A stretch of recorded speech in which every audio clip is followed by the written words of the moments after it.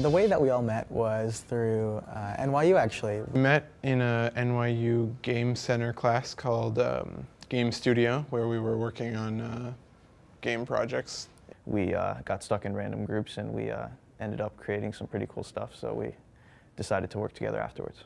Before I discovered the Game Center, I actually had already gone through 2 years of pre-med. So I went through organic chemistry. That's for you pre-med people out there. It's a big deal, you know that. I had just quit doing that. I decided to sell my soul to economics, and I decided that that's what I was going to do. I was just going to work at a bank, maybe go into investment banking or something after I graduated. But then I took a game design course at the Game Center, and I took another game design course, and I took a game production course, and eventually I just started convincing myself that I could actually do this.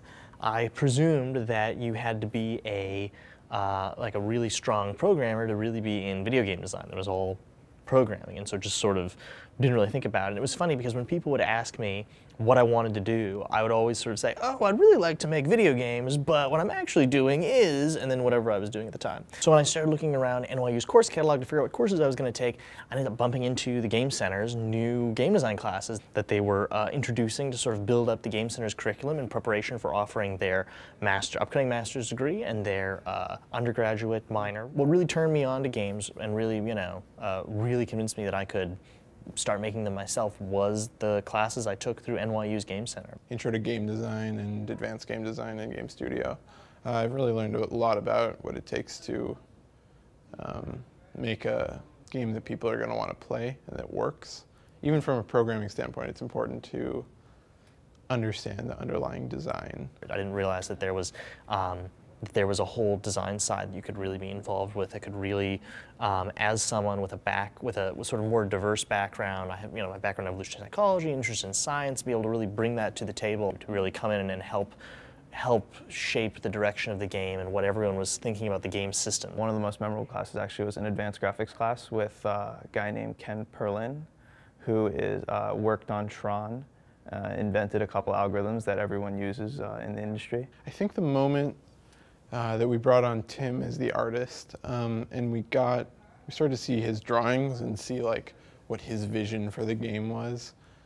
It was sort of this moment where I was like, wow, this is actually a game. It's not just like a concept we've been working on, and the little frog is waddling across the screen, and we did that.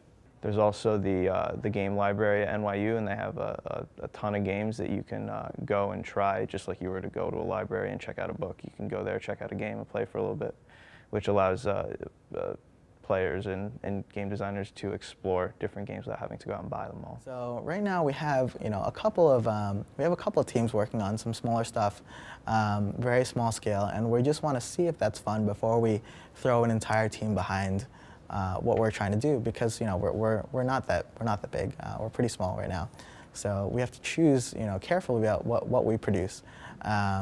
So we're really hoping that that kind of development environment pays off.